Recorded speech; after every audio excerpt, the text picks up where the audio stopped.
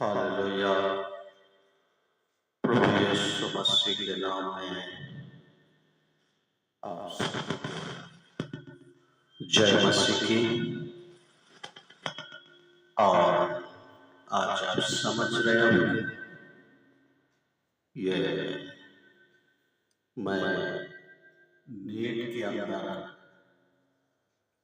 क्यों बैठा हूं। इसलिए कि मच्छरों से बचूं नहीं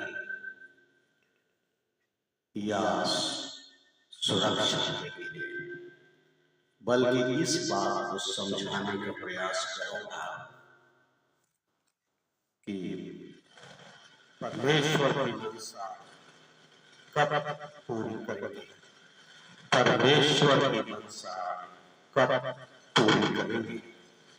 प्रभु के वचन में लिखा है, गलतियों की पुस्तक और उसका 5वां अध्याय और 24 पद में इस प्रकार से, और जो मसीह यीशु में है और जो मसीह यीशु में है उन्होंने शरीर की अभिलाषाओं और अभिलाषाएं और लालसाओं समेत क्रूस पर चढ़ा दिया है।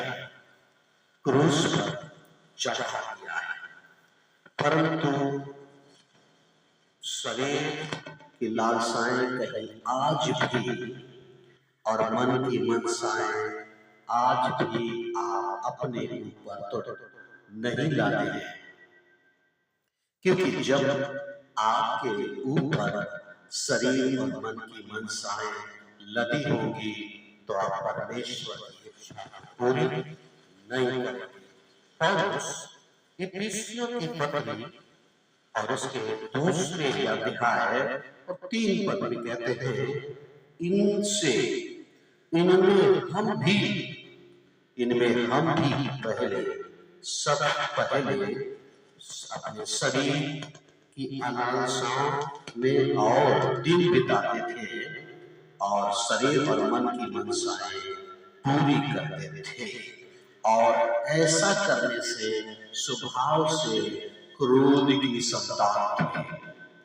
परमेश्वर हमें क्रोध की नहीं बल्कि अपनी संतान बनाकर और हमसे अपनी इच्छा, कहीं आज भी हम शरीर की और मन की मनसाएं पूरी करने में तो नहीं लगे हैं, क्योंकि जब परमेश्वर की मनसा पूरी नहीं होगी तो शैतान की मनसा जरूर पूरी करेंगे।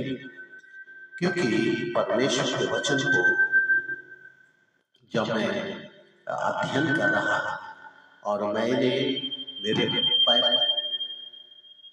35 वर्ष की सेवकाई के अंदर जो अनुभव कि जो लोग परमेश्वर की इच्छा को पूरी नहीं करी, वो शैतान की इच्छा थी कि उनके पास शैतान का एक दूत आता है और वो फिर दूत आ करके और फिर हमारे पास हमारे जीवन में और हमारे जीवन में अपनी विचारों को पैदा करता है। हम प्रार्थना नहीं करते, हम सेवा भी नहीं करते, हम अपने मेहनत की तनख्वाह के लिए प्रयास में लगे रहते हैं, कैसे हमारी तनख्वाह बढ़ जाए, कैसे हमारी पेंशन बढ़ के मिले, कैसे उसमें और भी तमाम दिन पर दिन जुड़ते चले जाएं और हम बहुत ही आशीषित हों। हम तमाम तरीके से हमें सब कुछ मिल जाए, सब कुछ मिल जाए, हमारी उम्मीद पूरी ना हो तो हम परमेश्वर के सेवकों को बुलाते और उनको इस्तेमाल करते हैं ताकि वो हमारी इसमें मदद करें और हमारी इच्छाएं पूरी हो जाए। परंतु परमेश्वर का वचन हमें कुछ इस प्रकार से बताता है कि परमेश्वर के वचन में परमेश्वर और उसका लोग और न दर्शन। तुम चाहते हो कुछ भी नहीं चाहते। परमेश्वर तुम्हें दिखाना चाहते हैं, सिखाना चाहते हैं अपने वचन के दूसरे ग्रंथियों उसका 8वां अध्याय में और पहले पदों में किस प्रकार से वहां के लोगों में घटियां थी लेकिन कितनी उदारता बढ़ी। हमारे जीवन में उदारता क्यों नहीं? हमारे जीवन में उदारता क्यों नहीं? क्योंकि हमारे अंदर वो परमेश्वर का वचन कहता है कि हमारे अंदर जब परमेश्वर की उदारता नहीं होगी तो शैतान की कार्रवाई जरूर पूरी होगी और हम तब शैतान हमको ले जाएगा और हमें नशे की आदत में फिर झगड़े पैदा करेगा और हमारे अंदर माफ न करने की, क्षमा न मांगने की और माफ न करने की स्थिति आएगी और हमेशा हम दूसरों के ऊपर केवल कटाक्ष या उंगलियां उठाते रहेंगे। परमेश्वर आज हमसे बातचीत करे और ये पूछता है तुम कब परमेश्वर की मनसा को पूरी करोगे? जबकि बाइबल कहती है शैतान यशायाह किताब उसका 14 और उसके परमेश्वर के वचन में 16 पद में कि जो पृथ्वी को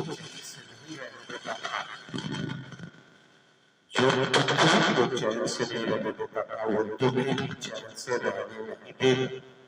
तुम मेहनत करोगे, तुम्हारी सब चीजें तुम्हारे पास होंगी, परंतु उसका सुख और उसका आनंद तुम्हें कभी नहीं मिलने देगा। बहुत से लोगों के जीवन में आज यही है, परंतु परमेश्वर का वचन कहता है भजन संहिता 16:8 से और 6 तक इस प्रकार से लिखा है आगे कि परमेश्वर के वचन में कि परमेश्वर को सामने रखोगे, परमेश्वर को सामने रखोगे और तब उसकी इच्छा को पूरी करोगे। लेकिन भजन संहिता 27:4 से 6 में इस प्रकार से जहां दर्शन सामने रखे हैं, विपत्ति भी आए तो परमेश्वर उनसे छुड़ा लेगा, परंतु आप हर प्रकार की विषम परिस्थितियों का सामना करते रहते हैं। इसलिए करते रहते हैं क्योंकि परमेश्वर हमारे साथ जीवन में और हमारे परमेश्वर हम उतना महत्व नहीं देते। जब परमेश्वर को महत्व नहीं देंगे तो आप सुरक्षित नहीं।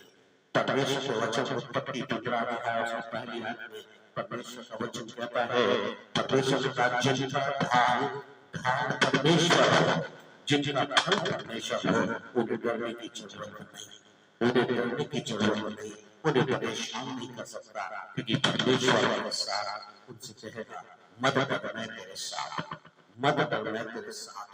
जब परमेश्वर हमारे साथ होगा तो हम निश्चित जान के बाहर, क्योंकि जान के अंदर हम कुछ नहीं देख सकते हैं, केवल अपनी सुरक्षा समझ करके और अंदर बैठ करके हम दर्शन नहीं देख सकते, परंतु जान के बाहर हमारे तमाम लोग के जीवन जरूरी है।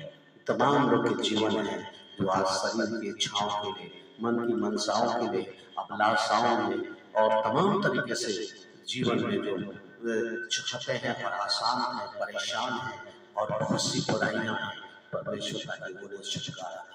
आज मैं आपको यही सिखाना चाहता हूँ, मेरे अनुभव से कितने लोगों ने परमेश्वर के कामों में हाथ बढ़ाने के लिए खुद तो सेवा नहीं की और परमेश्वर के सेवकाओं को बढ़ाया नहीं, मेहनत कर तनख्वाह और तमाम चीजों के लिए बड़े प्रयास की कि बढ़ जाएं और उन्हें मिली भी, लेकिन परमेश्वर के लिए उनके पास कुछ ही।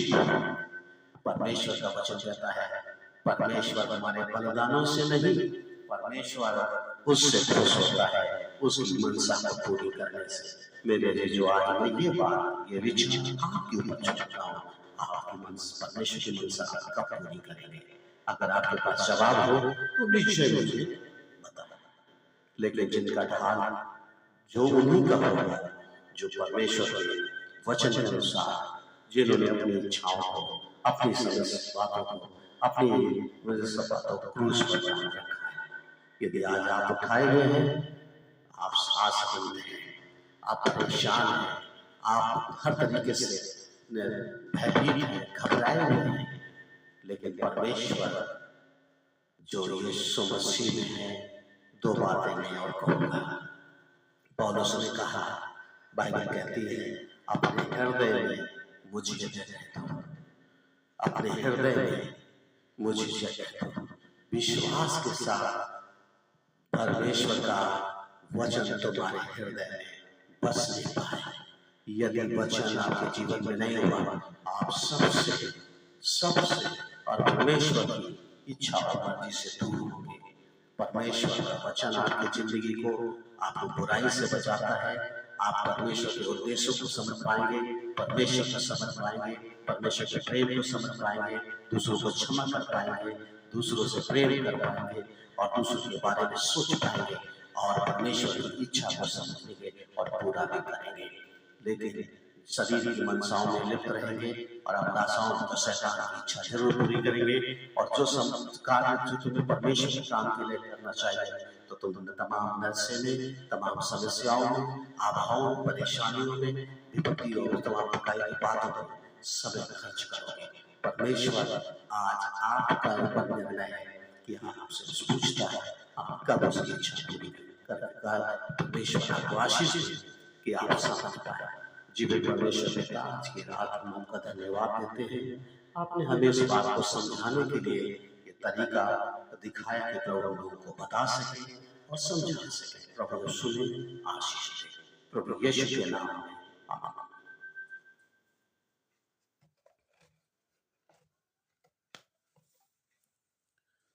हालेलुया। प्रभु आपको आशीष दे।